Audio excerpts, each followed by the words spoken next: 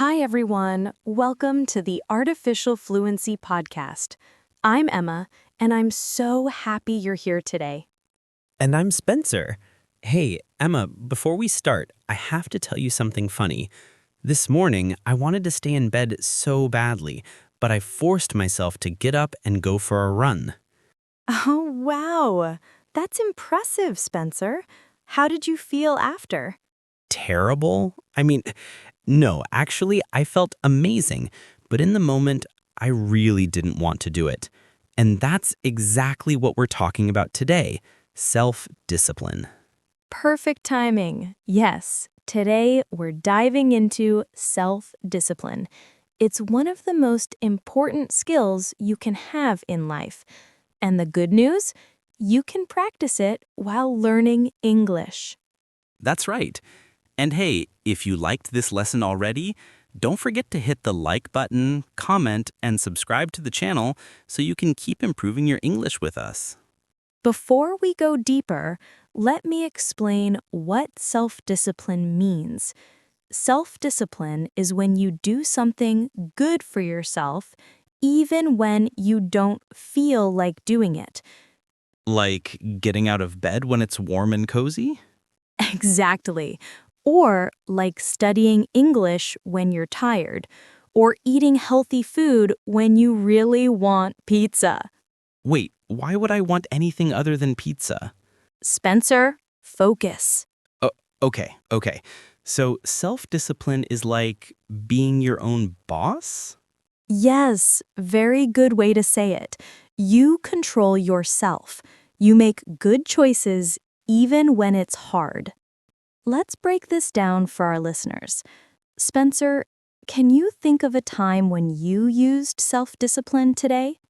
Well, besides my run this morning.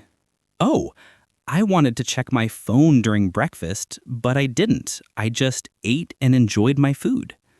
Perfect example. That's self-discipline. You had a desire, you wanted to check your phone, but you controlled yourself. And honestly, breakfast tasted better without scrolling. See? Self-discipline gives you better experiences. Now, let me teach you some important words. The first word is control. Control means you are in charge. You decide what happens. So I control my actions. I control my choices. Exactly. Another important word is desire. A desire is something you want, something you wish for. Like my desire for pizza. Yes, like your desire for pizza. Everyone has desires, but with self-discipline, you can choose which desires to follow and which to ignore. That sounds powerful. So I'm not controlled by my feelings? Right. Your feelings are important, but they don't control you. You control you. I like that. It makes me feel strong. And our listeners, you can feel strong too. Every time you make a good choice, you build your self-discipline muscle. Yes, it's like a muscle. The more you use it, the stronger it gets. Okay, Emma, I have a question. How is self-discipline different from motivation? Because I feel motivated sometimes, and then I don't. Great question. This is so important to understand. Motivation is a feeling. It's when you feel excited and ready to do something. Like on January 1st. New year, new me. I'm gonna change everything. Exactly. Motivation feels amazing. But here's the problem. Motivation comes and goes. Some days you have it, some days you don't. Oh, so that's why I stopped doing things after a few weeks? Yes, motivation is like the weather. Sometimes it's sunny, sometimes it's cloudy. But self-discipline is always there, like the ground under your feet. Okay, so motivation is when I feel like doing something, and self-discipline is when I do it even if I don't feel like it. Perfect, you got it. Let me give you an example. Imagine you want to learn English. On day 1, you feel super motivated. You study for 2 hours. Yes, I'm going to be fluent in a month. But then, after 2 weeks, you're tired. You don't feel excited anymore. Your motivation is gone. And this is where self-discipline comes in? Exactly. Self-discipline says, okay, I don't feel motivated today, but I made a promise to myself. I'll study for just 10 minutes. Just 10 minutes? Yes, small is better than nothing. And often, when you start for 10 minutes, you keep going for longer. That's actually smart. So motivation gets you started, but self-discipline keeps you going? Beautiful. That's a perfect way to say it, Spencer. Okay, Emma, but if self-discipline is so good, why is it so hard? Why do I always want to choose the easy thing? Another great question, and the answer is simple. Your brain loves comfort. Your brain wants to feel good right now. My brain is lazy? Not lazy, smart, but smart in a short-term way. Let me explain. Your brain likes short-term rewards. Short-term means right now, today, very soon. Like eating chocolate? Yes, chocolate tastes good right now. It's a short-term reward. But self-discipline is about long-term rewards. Long-term means in the future, later, after some time. So learning English is a long-term reward? Exactly. Learning English doesn't feel amazing today, but in 6 months, 1 year, you can speak confidently, get a better job, travel easily. Those are long-term rewards. Okay, so my brain says, I want chocolate now, but self-discipline says, wait, think about your future self. Perfect. Your brain is like a little child. It wants candy. It wants fun. It wants easy things. And self-discipline is like a kind parent? Yes, a kind parent who says, I understand you want candy, but first, let's eat healthy food. Then, maybe a small treat. A kind parent. I like that. Not angry, just gentle but firm. Exactly. Self-discipline is not about being mean to yourself. It's about being kind to your future self. Wow. So when I skip studying and watch TV all night, I'm not being kind to my future self? Well, watching TV isn't bad, but if you do it instead of what you promised yourself, then yes, your future self might feel disappointed. Future Spencer is giving me a look right now. Tell future Spencer you're going to make better choices. And listeners, think about this. What is one thing your future self will thank you for? Okay, now let's talk about the fun part. How to actually build self-discipline. Spencer, are you ready to learn some secrets? Secrets, I love secrets. Tell me. Secret number 1, start small. Very, very small. How small? So small that you can't say no. For example, don't say, I will study English for 2 hours every day. Why not? That sounds good. Because it's too big. Your brain will feel scared. Instead, say, I will study English for 5 minutes every day. 5 minutes? That's nothing. Exactly. That's the point. 5 minutes is so easy, you will do it. And you know what? Often, after 5 minutes, you'll keep going. Oh, so we trick our brain? Sort of. We make the first step so small and easy that our brain doesn't fight us. I like it. What's secret number 2? Secret number 2, make it easy. Change your environment to help yourself. Environment, what does that mean? Environment is everything around you, your room, your desk, your space. If you want to study English, put your English book on your table, not in your bag. Oh, so I see it and remember. Yes.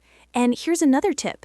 If you want to stop using your phone so much, put your phone in another room. But what if someone calls me? Spencer, be honest. How often does someone actually call you? Okay, you got me. Never. Exactly. So remove distractions.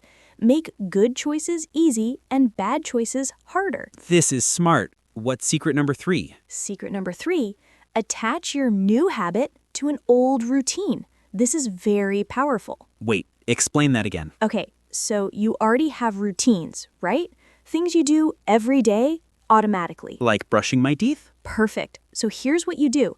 After you brush your teeth, do your new habit. For example, after I brush my teeth at night, I will listen to English for 5 minutes. Oh, so I connect the new thing to something I already do. Exactly. Your brain remembers better this way. It's like glue. I brush my teeth, then automatically English time. Yes.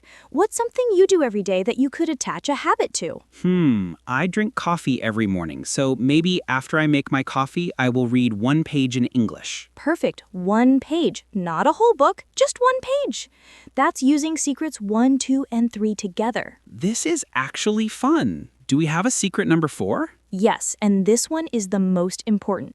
Secret number 4, be kind to yourself with your words. Be kind to myself? What do you mean? Many people think self-discipline means being very strict and angry with yourself. You're lazy, you're terrible, you failed. Ouch. Yeah, I do that sometimes. But that doesn't help. When you talk to yourself like that, you feel bad, you feel shame, and then you don't want to try again. So, what should I say instead? Instead of saying I'm terrible, say I'm learning. Instead of I failed, say I tried and I'll try again tomorrow. Oh, wow. That feels different, gentler. Yes, self-discipline with kindness is much more powerful than self-discipline with anger. Okay, so if I skip my morning run tomorrow, I won't say I'm lazy. I'll say, today was hard, but I can try again tomorrow. Perfect. That's exactly right, Spencer. And listeners, please remember this. You don't need to be perfect. You just need to be kind and keep trying. Hey, Emma, I just realized our listeners are learning so much English right now. You're right. We're talking about self-discipline, and at the same time, you're practicing listening, learning new vocabulary, and understanding natural conversation. That's like double learning. Exactly. And speaking of learning, we have something important to say. Oh, yes. We upload new videos to our channel every week for you to learn and grow. Don't forget to support us so we can continue doing this. You can help us see our channel in front of more people by subscribing, becoming a member, liking, and commenting on each of our videos. Please don't forget to do these. Thank you, Spencer. Your support means everything to us. Okay, let's continue. Now, let's look at some real-life examples. I'll describe a situation, and Spencer, you tell me which choice is better. Ready? I'm ready. Situation 1. Your alarm rings at 6:30 in the morning. What do you do? Option A.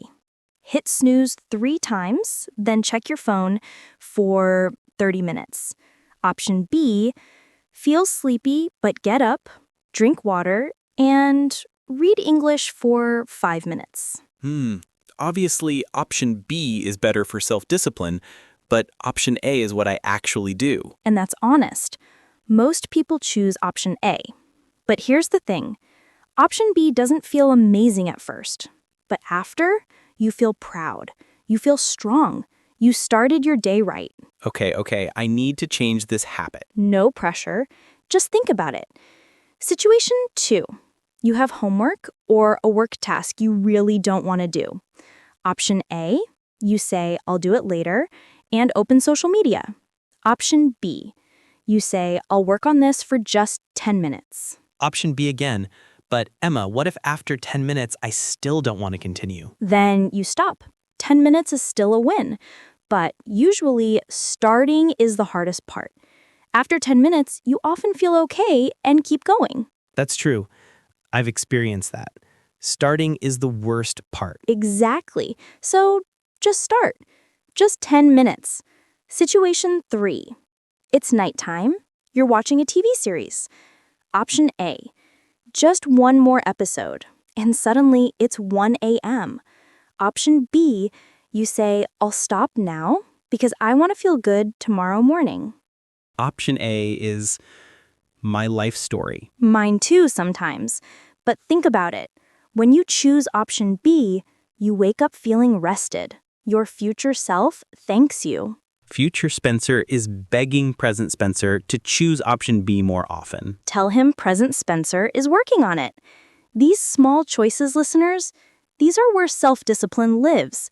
Not in big dramatic moments, but in these tiny daily decisions. And each small choice builds the muscle. Exactly, like going to the gym.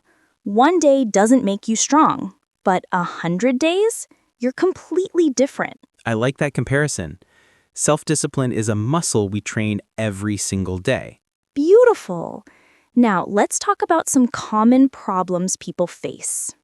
Problem number 1, procrastination. Spencer, do you know this word? I don't just know it, I am it. Procrastination means you delay things. You know you should do something, but you wait and wait and wait. I'll start after lunch. I'll start after dinner. I'll start tomorrow. I'll start next week. Exactly. And then you never start. So here's the solution. Tell yourself, I will start for just 2 minutes. Only 2 minutes.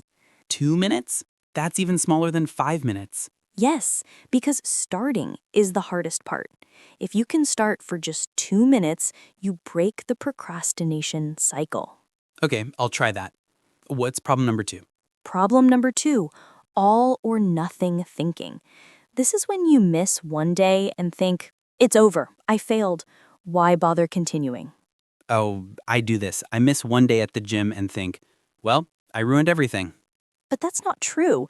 Missing one day doesn't ruin everything. Self-discipline is not about never falling. It's about standing up again and again. So if I miss my English practice one day, I just start again the next day. Exactly. Don't waste time feeling guilty. Just begin again. Every day is a new chance. That actually takes a lot of pressure off. Good. That's the point. What's problem number 3, you ask? I didn't ask, but okay, what is it? Too many goals at the same time. Oh no, I definitely do this. I want to learn English, go to the gym, eat healthy, wake up early, read books, learn guitar. Stop. Stop right there. That's too much. Your brain will get exhausted and quit everything. So what should I do? Pick one. Just one. Small habit. Master that first. When it becomes automatic, then add another. One at a time. Yes. For example, this month, focus only on studying English for 10 minutes a day. That's it. Next month, when that's easy, maybe add morning exercise, but one at a time. That actually sounds doable. I always try to change my whole life in 1 week. And that's why it doesn't work. Slow and steady wins the race. Slow and steady. I like it.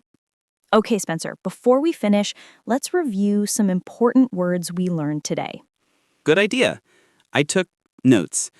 Well, mental notes. First word, self-discipline. Can you explain it? Self-discipline is when you control yourself and do something good for you, even when you don't want to. Like studying when you're tired.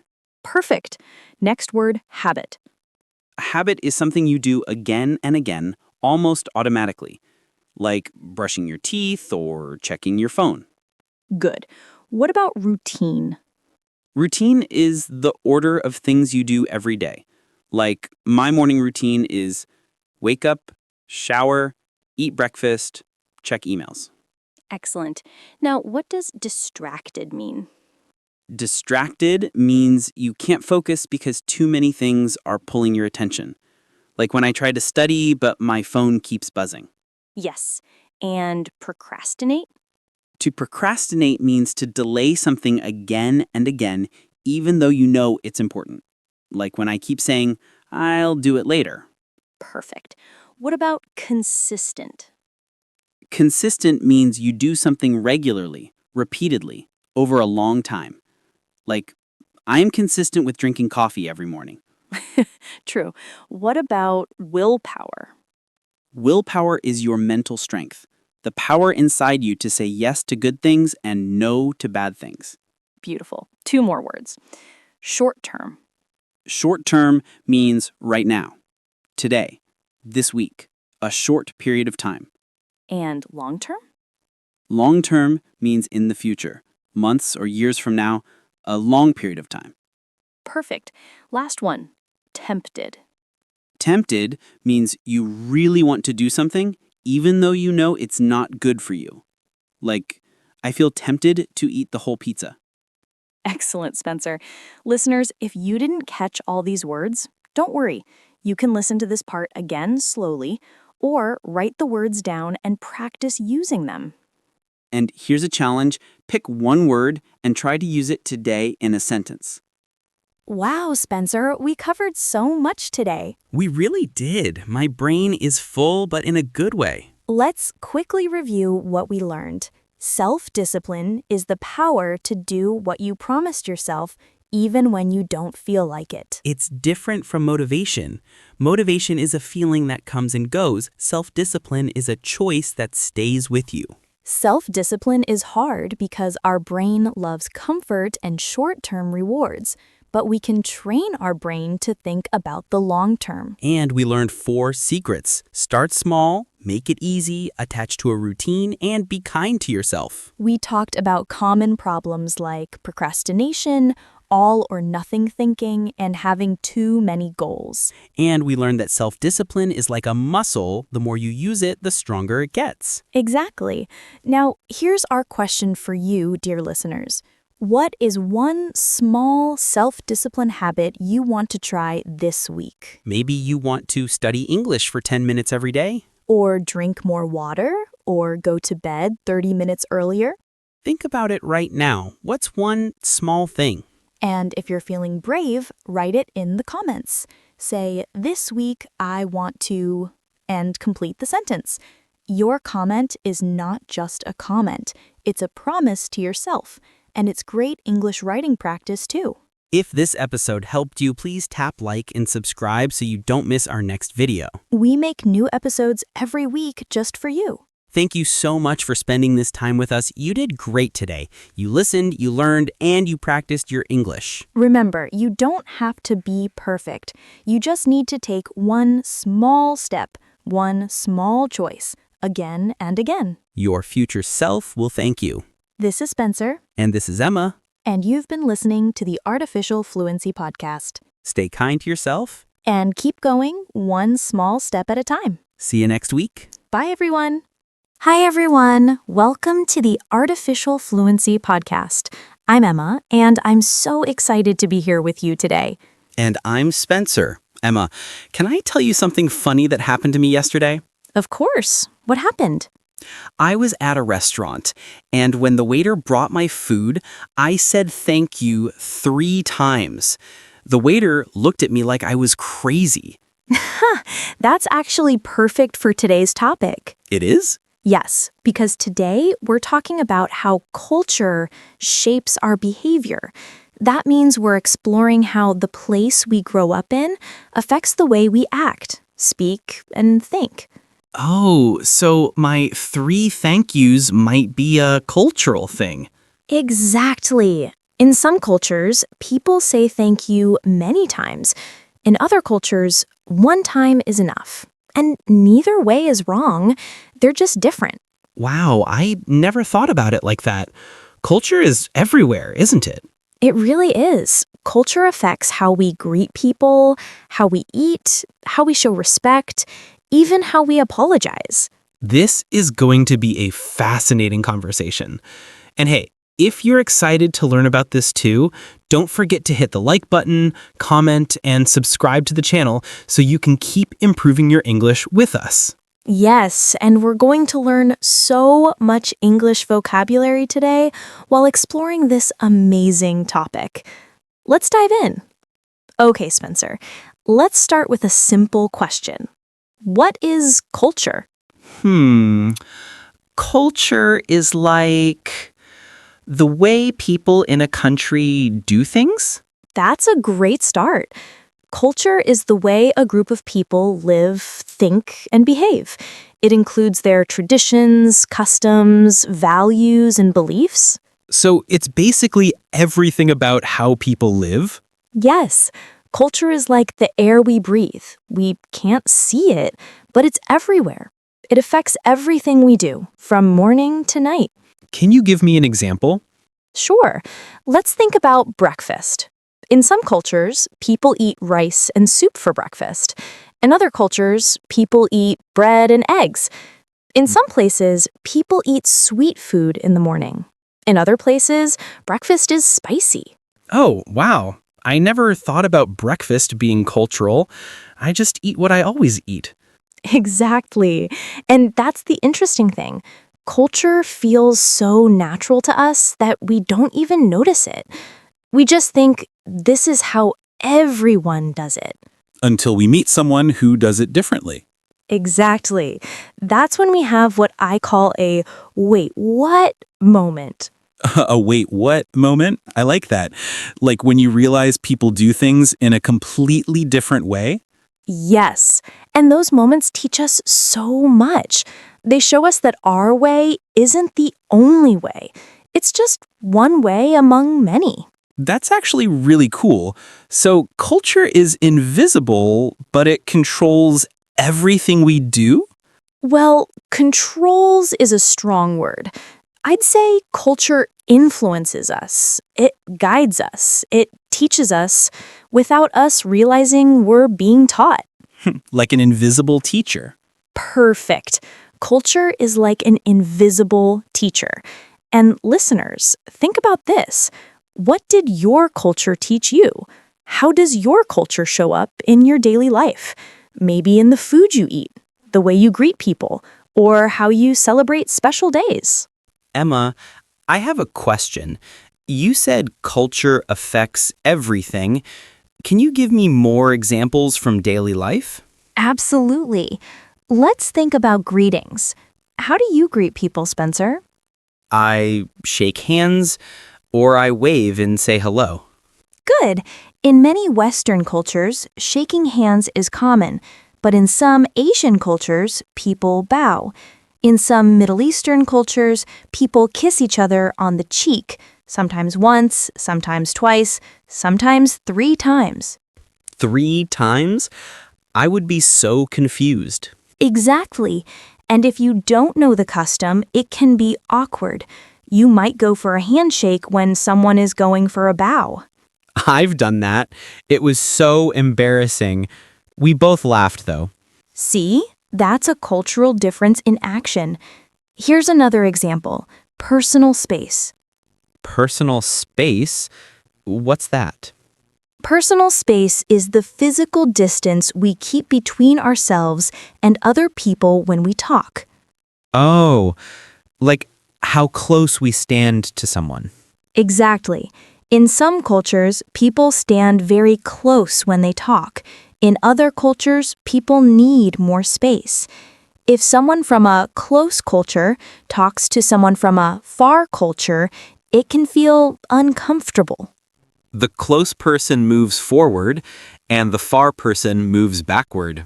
Yes, I've seen people do this dance across a room without even realizing it. That's hilarious and fascinating. What other daily things are cultural? Oh, so many things. Eye contact, for example. In some cultures, looking someone in the eye shows you're honest and confident. In other cultures, it can seem rude or aggressive. Really? I always thought eye contact was universal. Nope. Pointing is another one. In some countries, pointing with your finger is totally normal. In other countries, it's considered very rude. Wow, culture really is everywhere, even in small actions we don't think about. That's exactly right. And here's the important part. None of these ways are right or wrong. They're just different. So we need to be open-minded and respectful. Perfect. Being open-minded means being willing to learn and accept different ways of doing things. And being respectful means treating other people's customs with kindness, even if they're different from ours. Spencer, let's talk about something important now. Stereotypes. Oh boy, stereotypes. I know this word, but I don't like them. That's a healthy reaction. So, listeners, let me explain. A stereotype is a simple idea people have about a group that is often not true. It's when we make assumptions about all people from a certain place or culture. Like saying, all people from country X are loud, or everyone from country Y is serious. Exactly. Those are stereotypes. And the problem is they're too simple. People are individuals. Every person is different. But Emma, why do stereotypes exist? Where do they come from? Great question. Stereotypes come from our brain trying to organize information quickly. Our brain sees one or two examples and then tries to create a pattern. So if I meet two people from a country and they're both really quiet, my brain might think everyone from that country is quiet. Exactly, but that's not fair or accurate. Those two people might just happen to be quiet individuals. Other people from the same country might be very talkative. So stereotypes are like shortcuts that our brain takes, but they're wrong shortcuts. Perfect way to say it. They're mental shortcuts, but they lead us to wrong conclusions. I've definitely had stereotypes that turned out to be wrong. Once, I thought people from cold countries were cold, like unfriendly. And then what happened? Then I visited a cold country, and everyone was so warm and welcoming. My neighbor there would help me all the time. She'd shovel snow from my driveway without me even asking. That's beautiful. So, what did you learn? I learned that weather doesn't determine personality. Kind people exist everywhere. Exactly. And that's how we break stereotypes, through real experiences with real people. One genuine connection can destroy a stereotype that we've believed for years. I like how you said destroy, because stereotypes really do need to be destroyed. Yes, stereotypes are like foggy glasses. When you wear them, you can't see people clearly. But when you take them off and really look at individuals, everything becomes clear. So the antidote to stereotypes is curiosity and actual interaction with people? Perfectly said. Curiosity is the key. Instead of assuming, we should ask questions. Instead of judging, we should try to understand. Emma, before we continue, I think we should take a moment to thank our listeners for being here. Absolutely. You know, Spencer, we do this podcast because we love helping people learn English and understand the world better. And we really need your support to keep doing this. So here's what I want to say to all of you listening right now. Go ahead. We upload new videos to our channel every week for you to learn and grow. Don't forget to support us so we can continue doing this. You can help us see our channel in front of more people by subscribing, becoming a member, liking, and commenting on each of our videos. Please don't forget to do these. Thank you so much, everyone. Your support truly means the world to us. Now, let's get back to our fascinating discussion about culture. Okay, Spencer, now I want to talk about what happens when you move to a new culture. This process is called cultural adaptation. Cultural adaptation. That means getting used to a new culture, right? Exactly. Adaptation means adjusting or changing to fit into a new environment. And let me tell you, it's a wild journey. I bet. When I first traveled abroad, everything felt so strange. The food, the language, the way people acted, it was overwhelming. That's totally normal. When you first arrive in a new culture, you go through several stages. The first stage is often excitement. Everything is new and interesting. Oh yeah, I took photos of everything. Look, a different type of bus. Look, a strange vegetable in the market. Ha! I love that. But then what happened? Then I got tired. Things that were exciting became frustrating. Why can't I find the food I like? Why don't people understand me?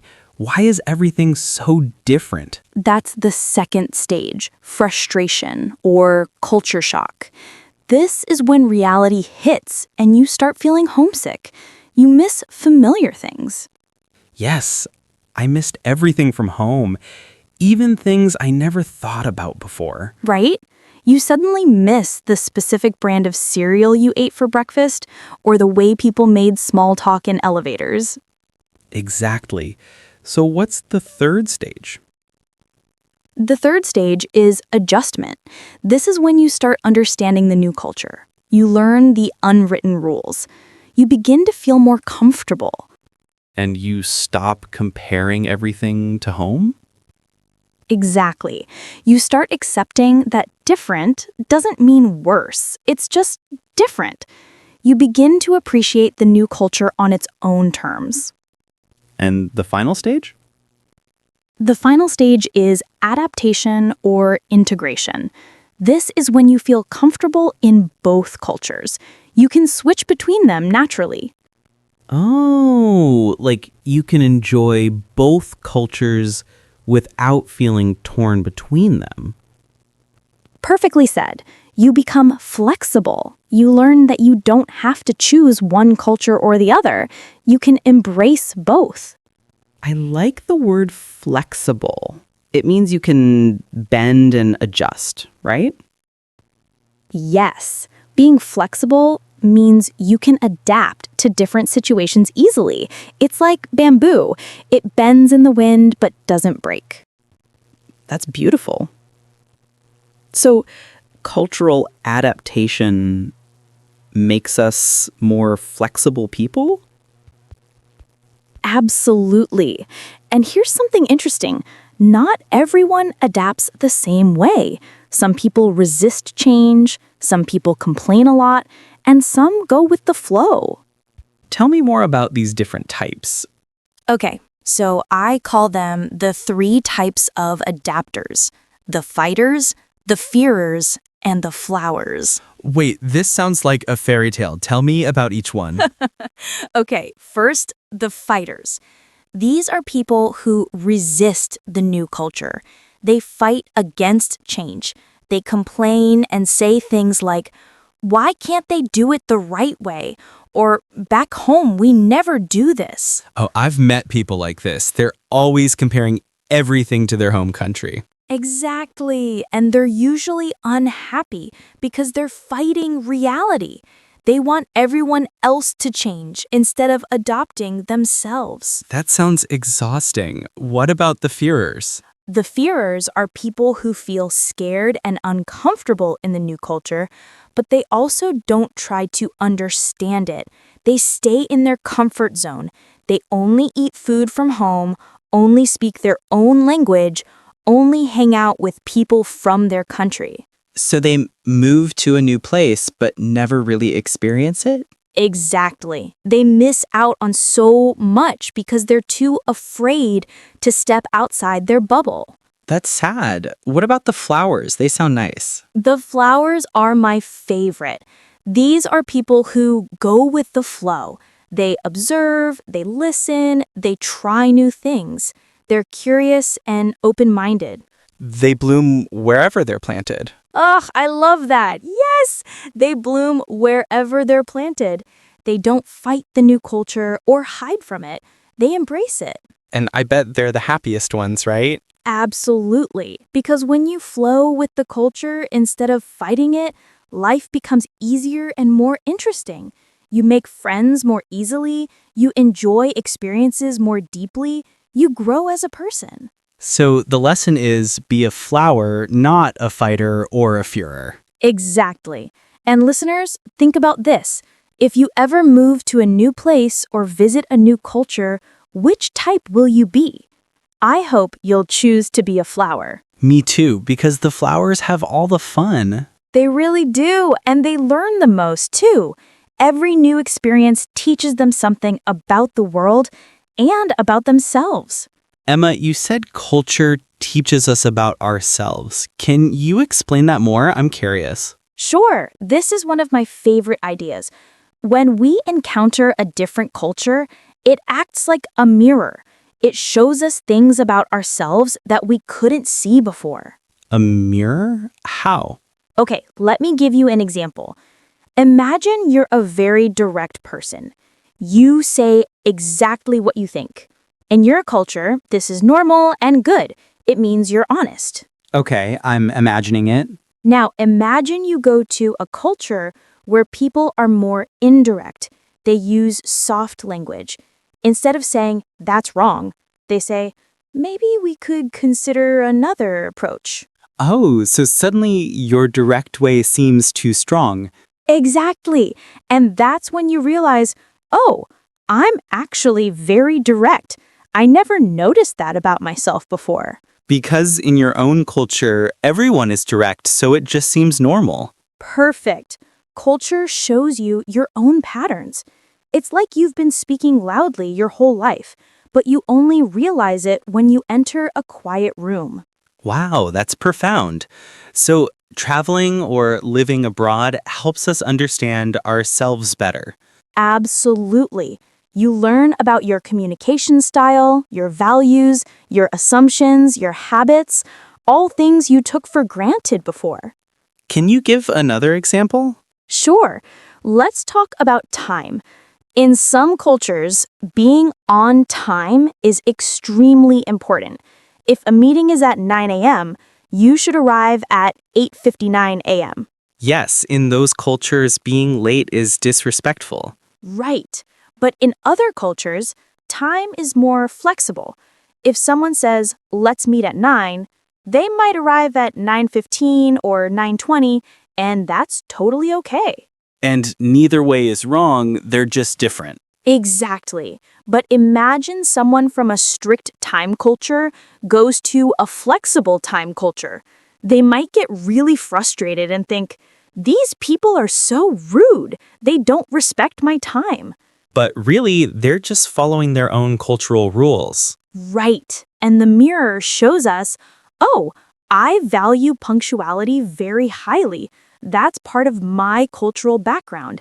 It's not universal, it's cultural. So the mirror helps us see what we think is normal is actually just our normal, not everyone's normal. Beautifully said.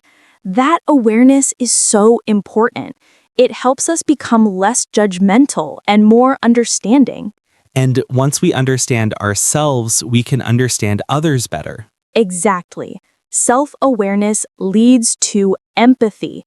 Empathy means understanding and sharing the feelings of another person. That's a powerful word, empathy. So culture doesn't just teach us about people out there, it teaches us about ourselves. Yes, and that self-knowledge is a gift. It makes us wiser, kinder, and more flexible human beings. Spencer, we've talked a lot about differences, but now I want to talk about something that's the same everywhere. Oh, what's that? Kindness, respect, human connection. These things exist in every culture. So even though we express them differently, the core values are universal? Exactly. Every culture has ways to show kindness, even if those ways look different. Every culture values respect, even if respect is expressed differently. Can you give me an example? Sure. Let's think about giving gifts. In some cultures, you should wrap the gift beautifully. In other cultures, the wrapping doesn't matter much. In some places, you open the gift immediately in front of the giver. In other places, you wait until later. So the customs are different. Right, but the meaning behind the gift, showing care, appreciation, friendship, that's universal. Oh, I love that. So culture is like different languages that express the same human heart. That's poetic and true. Every culture is a different way of being human, but we're all trying to do the same things: connect, love, belong, feel safe, feel valued. And kindness is understood everywhere. Yes. I'll tell you a personal story. Once, I was in a country where I didn't speak the language at all. Not one word. Oh no, that must have been scary. It was. I got lost and I was standing on a street corner looking confused. An elderly man came up to me, and even though we couldn't speak to each other, he understood I needed help. What did he do? He gestured for me to follow him. He walked me to a cafe, bought me tea, and called someone who spoke English to help translate where I needed to go. That's so beautiful. Right? We didn't share a language, but his kindness was clear. His smile, his patience, his gentle gestures, they all said, "You're safe. I'll help you." That gives me goosebumps. So kindness really is a universal language. It really is. No subtitles needed, as they say. Kindness transcends words. And respect is like that too, right? Even if we show it differently? Absolutely.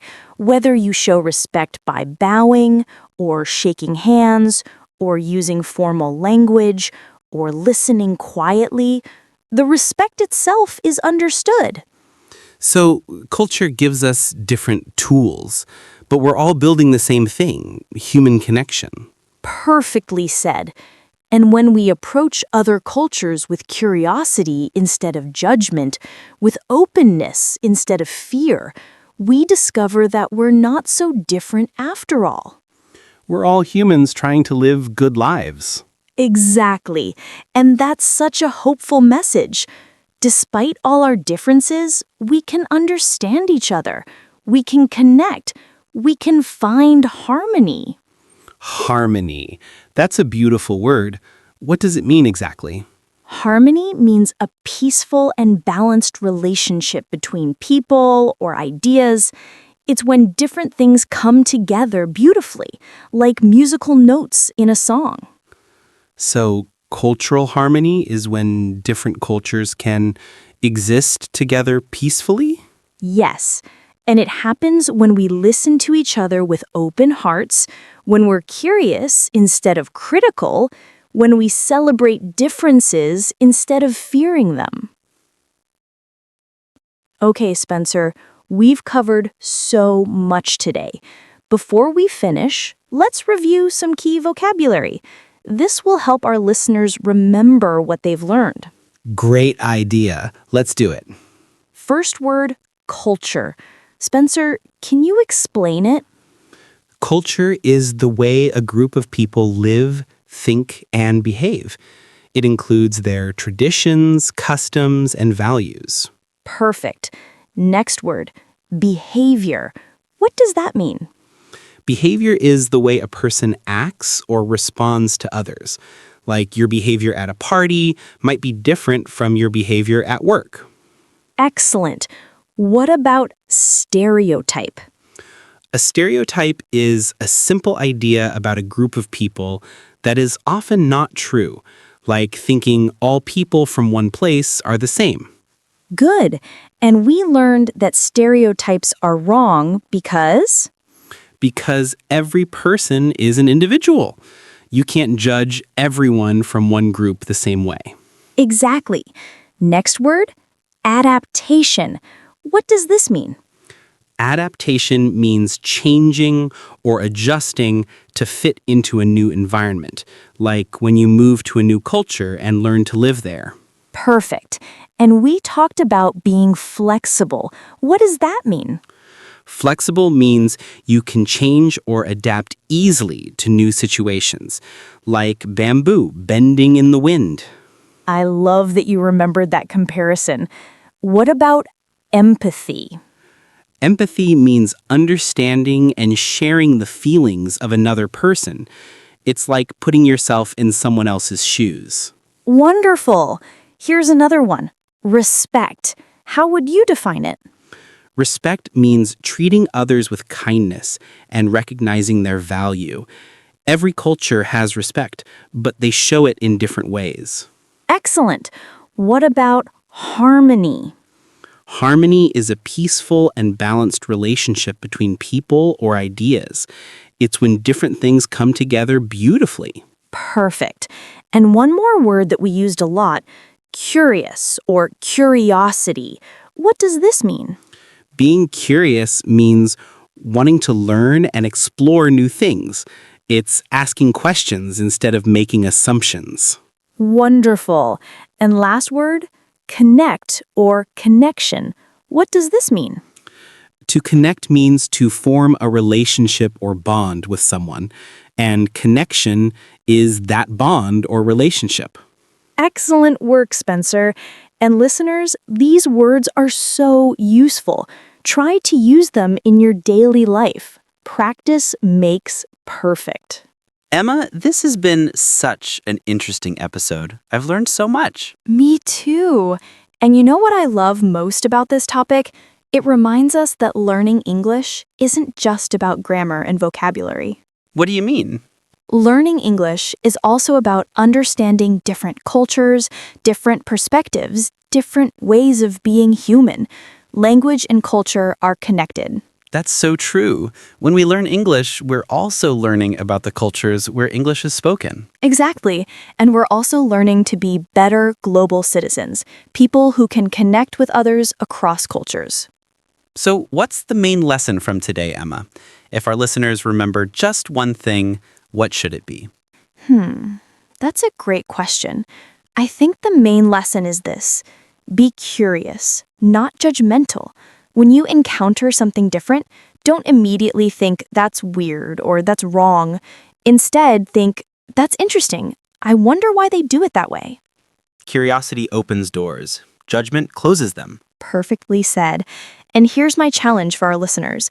This week, try to notice one thing about your own culture, something you do that you've never questioned before.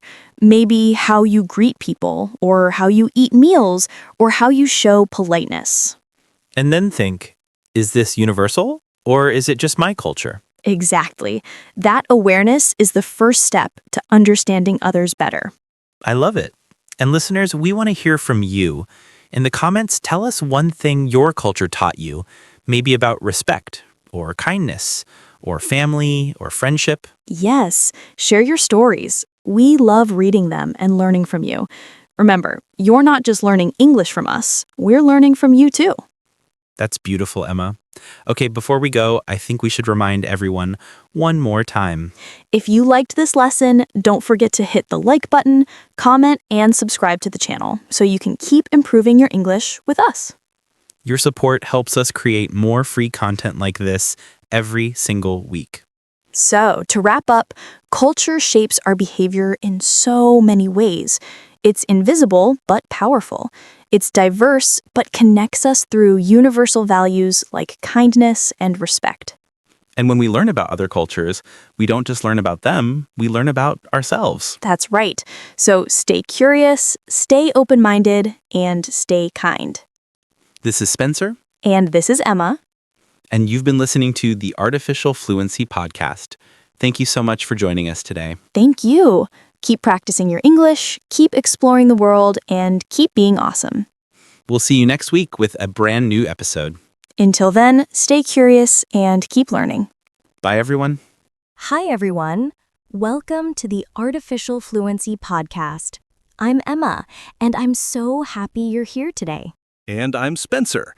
Emma, can I ask you something? Do you ever feel like your phone is always calling you? What do you mean? Like, even when I put it down, I keep thinking about it. Check messages, check emails, check social media. My mind never stops. Oh, wow, Spencer. That's actually the perfect introduction to today's topic. Really? What are we talking about? Today, we're discussing how Gen Z deals with stress. Gen Z is the generation born between 1997 and 2012. They're young people who grew up with the internet and social media. Ah, so people like me. I'm definitely stressed, Emma. You and millions of others. Gen Z faces unique challenges that older generations didn't experience. The pressure is different, the stress is different, and the way they cope is different too. This is going to be interesting. And before we dive in, don't forget to hit the like button, comment, and subscribe to the channel so you can keep improving your English with us. Yes. And today, while we talk about stress, we'll also learn useful English vocabulary. So let's begin. Okay, Spencer, let's start simple. Do you know what makes Gen Z different from other generations? Well, we grew up with smartphones and social media, right? Exactly. Gen Z is the first generation to grow up completely digital. They've never known a world without the internet. That's true. I can't even imagine life without my phone. And that's part of what makes stress different for Gen Z. Let me explain some vocabulary first. A generation is a group of people born around the same time who share similar experiences. So, my parents are a different generation.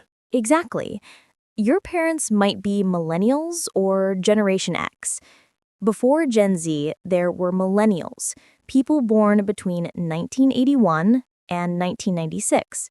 And each generation is different? Yes, each generation grows up in a different world, with different technology, different problems, and different values. Gen Z is special because they're digital natives. Digital natives? What does that mean? Digital native means you grew up with digital technology from birth. You learned to use a phone before you could read. You understand social media naturally without needing to learn it as an adult. Oh, wow. So, my parents are digital immigrants? Yes, actually. They had to learn technology later in life.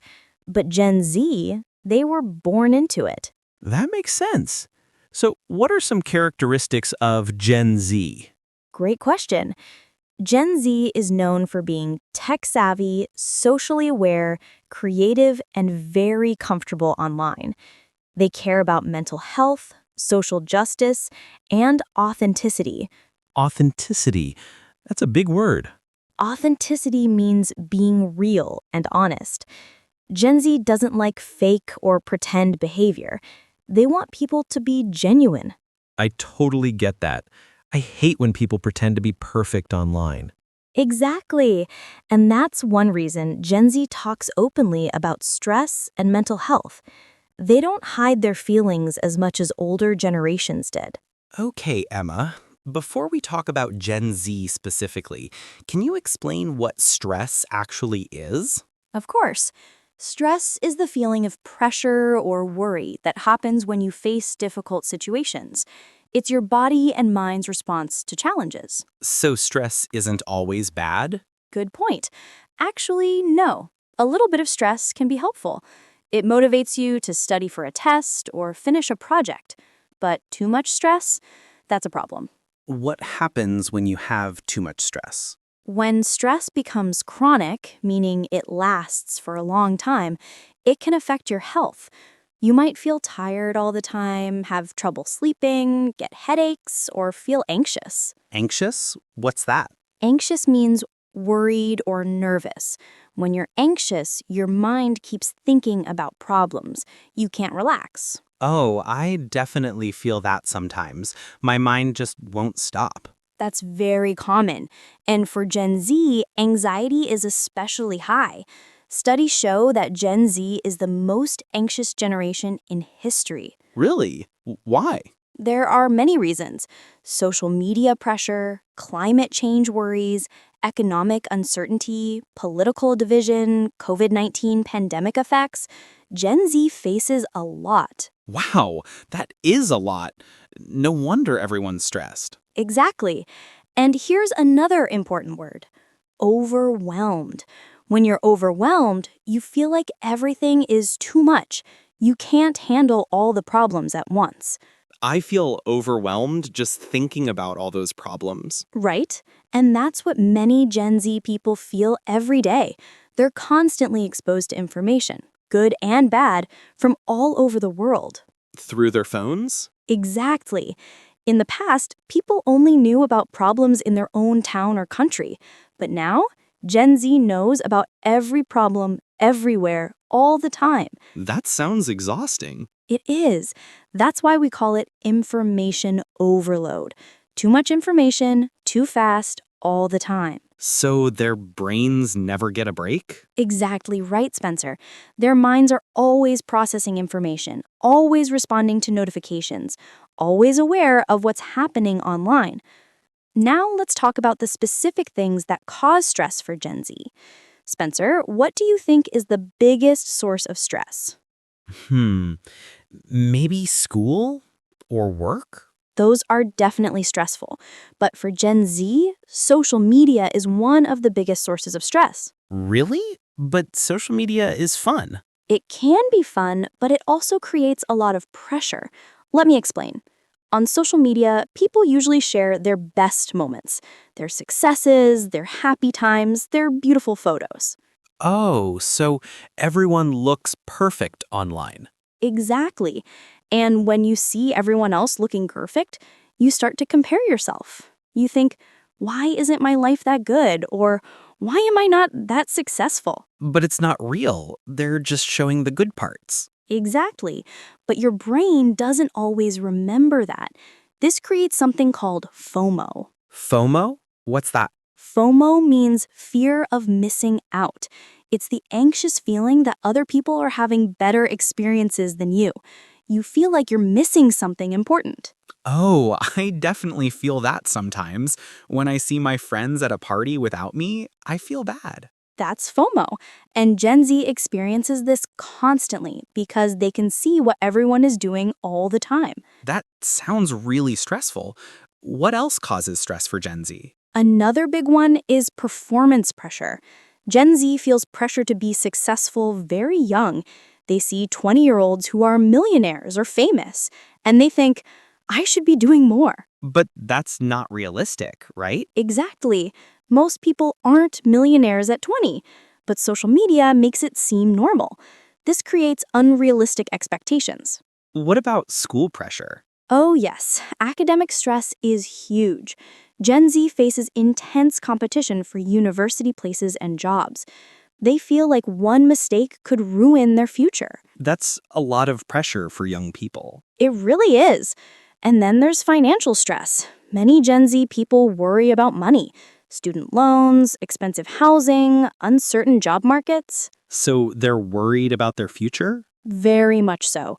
Gen Z often feels like they won't be as financially successful as their parents were. This creates a lot of anxiety about the future. What about relationships? Is that stressful too? Absolutely. Modern dating is complicated. Apps, texting, online communication, it's all new territory. Plus, Gen Z sees so many relationships online, which creates more comparison and pressure. Everything you're describing sounds so overwhelming. It is. That's why understanding Gen Z's stress is so important. They're not weak or overly sensitive. They're dealing with challenges no other generation has faced. Spencer, before we continue, I think we should take a moment to talk to our amazing listeners. Yes. You know, everyone listening right now is doing something really valuable, learning English while exploring important topics like mental health and stress. And we need your help to keep creating content like this. So here's what we want to say. We upload new videos to our channel every week for you to learn and grow. Don't forget to support us so we can continue doing this. You can help us see our channel in front of more people by subscribing, becoming a member, liking, and commenting on each of our videos. Please don't forget to do these. Thank you so much. Your support means everything to us. Now, let's continue talking about how Gen Z copes with all this stress. Okay, Emma, we've talked about all the stress. Now tell me, how does Gen Z actually deal with it? Great question. Gen Z uses many different coping mechanisms. Let me explain that word first. A coping mechanism is a strategy or method you use to handle difficult emotions or situations. So it's like a tool for dealing with stress? Exactly. And Gen Z has developed some unique coping mechanisms. Let's start with one you'll definitely recognize: humor. Humor? Like jokes? Yes, but a specific type of humor. Gen Z often uses self-deprecating humor and memes to cope with stress. Self-deprecating? What does that mean? Self-deprecating humor means making jokes about yourself, often about your own problems or failures, like saying, "I'm a mess," or "I'm dying inside," but in a funny way. Oh, I do that all the time. When I'm stressed about a test, I joke, haha, I'm going to fail. Exactly. That's self-deprecating humor. Gen Z uses it to cope with stress. By making jokes about their anxiety or problems, they feel a little better. But is that healthy? That's a great question. It can be healthy in moderation, meaning a little bit is okay. Humor helps release tension and connect with others who feel the same way. But if you only joke about problems without actually addressing them, that's not healthy. That makes sense. What about memes? You mentioned those. Yes, memes are a huge coping mechanism for Gen Z. A meme is an image, video, or phrase that spreads on the internet, usually funny or relatable. Like, I'm fine, with a picture of a dog in a burning house. Exactly. That meme shows someone pretending everything is okay when it's not. Gen Z shares memes about stress, anxiety, and mental health. It helps them feel less alone. So when I see a meme about being stressed, I think, oh, other people feel this too. Perfect. That's exactly the point. Memes create community around shared experiences. They normalize talking about mental health. What else does Gen Z do to cope? Another big one is scrolling. Many Gen Z people cope with stress by scrolling through their phones, social media, videos, anything that distracts them. Is that good or bad? It's complicated. Sometimes scrolling helps your mind relax. You watch something funny or interesting, and you forget about your stress for a while. But too much scrolling can make stress worse. Why? Because you might see things that make you feel worse. People's perfect lives, bad news, negative comments. Plus, staying on your phone for hours isn't good for your sleep or your eyes. So it's a balance? Exactly. A little distraction is okay, but it shouldn't be your only coping mechanism. Gen Z is learning this slowly. What are some healthier coping mechanisms? Great question. Gen Z also uses some really healthy methods. For example, many Gen Z people practice self-care. Self-care? What's that? Self-care means doing things that take care of your physical and mental health. Things like getting enough sleep, eating well, exercising, taking breaks, or doing activities you enjoy. Like reading a book or taking a bath? Exactly. Any activity that helps you recharge and feel better. Gen Z is very aware of the importance of self-care.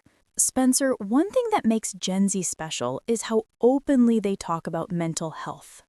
Mental health? Can you explain that term? Of course, mental health means your emotional and psychological well-being. It's about how you feel inside, how you handle emotions, and how you cope with life's challenges. So it's like physical health, but for your mind. Exactly. Just like you take care of your body, you need to take care of your mind.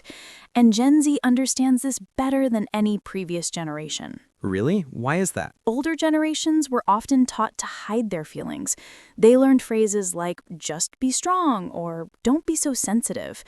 But Gen Z, they say, it's okay to not be okay. That's actually really beautiful. It is.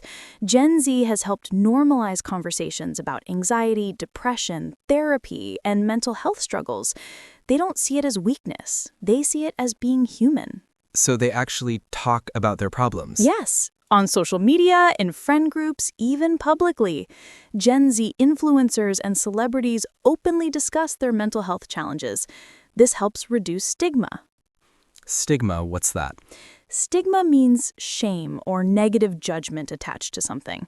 For a long time, mental health had a lot of stigma. People were embarrassed to admit they struggled. But not Gen Z? Not Gen Z.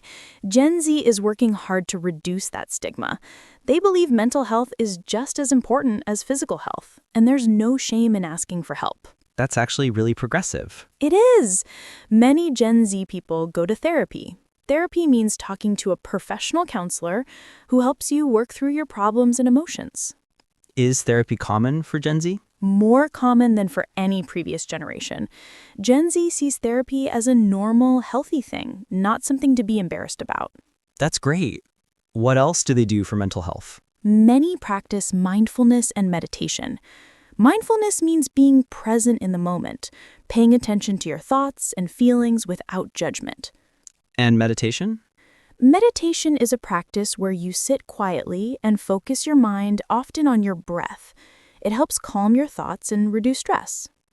I've heard about meditation apps. Are those popular with Gen Z? Yes, apps like Headspace and Calm are very popular. Gen Z uses technology for stress relief in positive ways, too. So they're using their phones to help, not just to scroll. Exactly. They also use apps for journaling, mood tracking, and guided relaxation. Spencer, even though Gen Z talks more about mental health, there's still one phrase they use all the time. Can you guess what it is? I'm stressed. Close. The phrase is, I'm fine.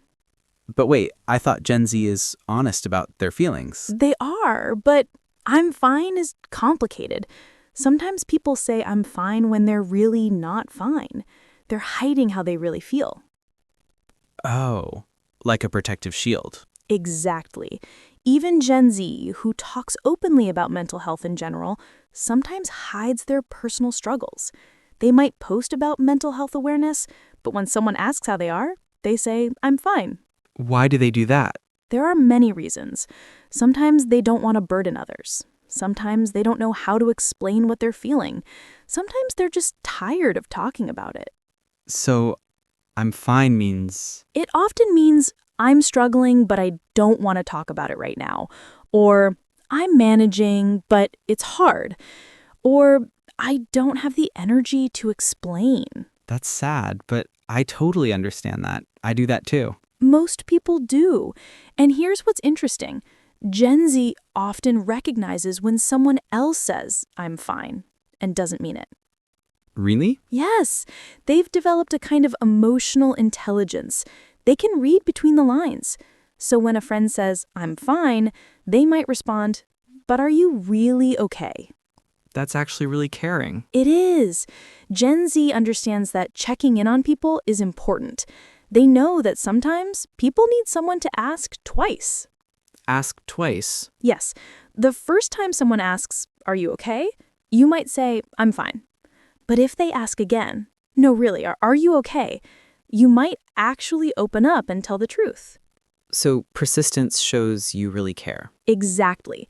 Gen Z has learned that real connection requires going deeper than surface-level conversations. What happens when someone finally admits they're not fine? That's when real support can begin. Gen Z is generally very supportive of friends who open up. They listen without judgment. They validate feelings. Validate. What does that mean? To validate someone's feelings means to acknowledge that their emotions are real and understandable. It's saying, your feelings make sense, instead of, you're overreacting. Oh, so instead of saying don't stress about it, you say I understand why you're stressed. Perfect. That's validation. And Gen Z is getting better at this. Emma, I've noticed something interesting. Gen Z seems to value both being strong and being vulnerable. How does that work? Excellent observation, Spencer. This is one of the most interesting things about Gen Z. They're trying to balance two things, strength and softness. What do you mean by softness? Softness means being gentle, open, emotional, and vulnerable. It means allowing yourself to feel and express emotions. And strength? Strength means being capable, independent, and resilient, being able to handle challenges and keep going. And Gen Z tries to be both at the same time? Yes, and it's not easy. Society often tells people they must choose, either be tough and hide your feelings, or be sensitive but seen as weak. But Gen Z wants to be both. Exactly. They want to be strong enough to face challenges, but soft enough to feel their emotions. They want to be independent, but also connected to others. That sounds exhausting. It can be. This is part of Gen Z's stress.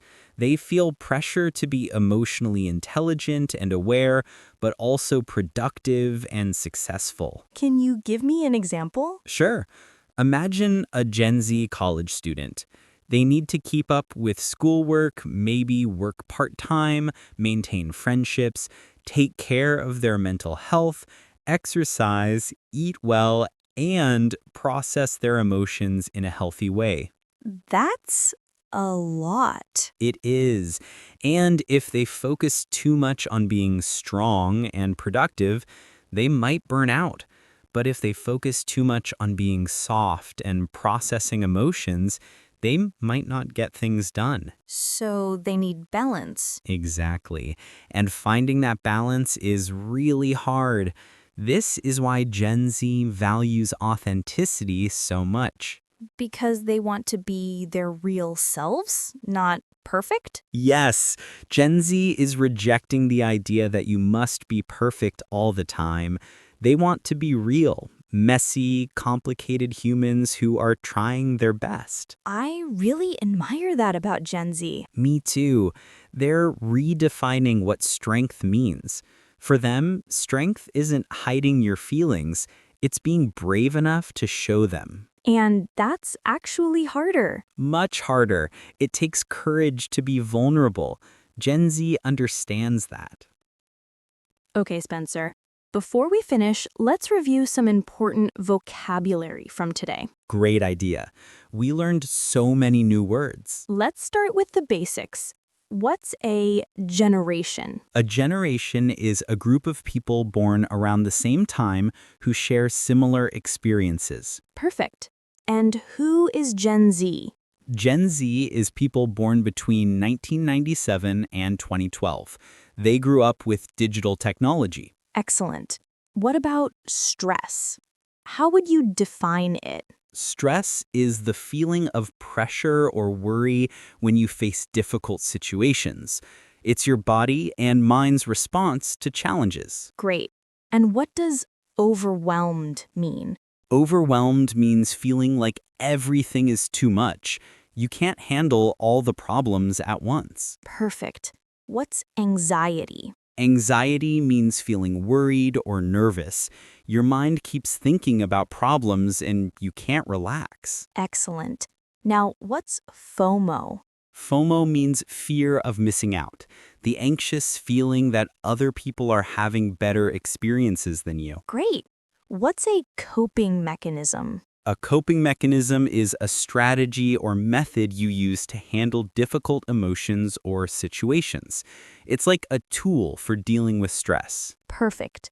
What about self-care? Self-care means doing things that take care of your physical and mental health, like getting enough sleep, eating well, or doing activities you enjoy. Wonderful. What's mental health? Mental health means your emotional and psychological well-being. It's about how you feel inside and how you handle emotions. Great. And what does it mean to validate someone's feelings? To validate feelings means to acknowledge that someone's emotions are real and understandable. You're saying your feelings make sense. Excellent work, Spencer. And listeners, these words are so useful for talking about emotions and mental health in English. Spencer, we've covered so much today. What's the main thing you learned about Gen Z and stress? I learned that Gen Z faces unique challenges. They're dealing with stress that no other generation has experienced, especially from social media and constant connectivity. Exactly. But what else did you learn?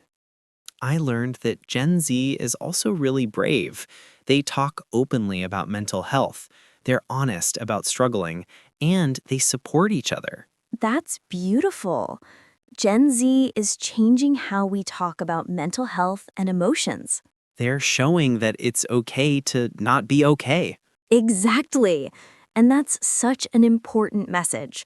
For our listeners, whether you're Gen Z or not, remember this. Asking for help is not weakness. Taking care of your mental health is not selfish. And being honest about your struggles is brave. That's really powerful, Emma. and I think everyone listening can learn from Gen Z's approach to mental health. Absolutely. So here's my challenge for everyone listening. This week, check in with someone. Ask, how are you really doing? And if they say, I'm fine, maybe ask again, but are you really okay? And if you're struggling, try to tell someone. Don't carry everything alone. Beautifully said. We're all human. We all struggle sometimes, and that's okay. If you liked this lesson, don't forget to hit the like button, comment, and subscribe to the channel so you can keep improving your English with us. Yes, and tell us in the comments, what helps you deal with stress? We'd love to hear from you. And remember, learning English is a journey. Some days are easy, some days are hard. But you're doing great just by being here. We're so proud of you for taking time to learn and grow. Thank you for spending this time with us today. This is Spencer. And this is Emma. And you've been listening to the Artificial Fluency Podcast. Take care of yourself. And each other. Bye, everyone.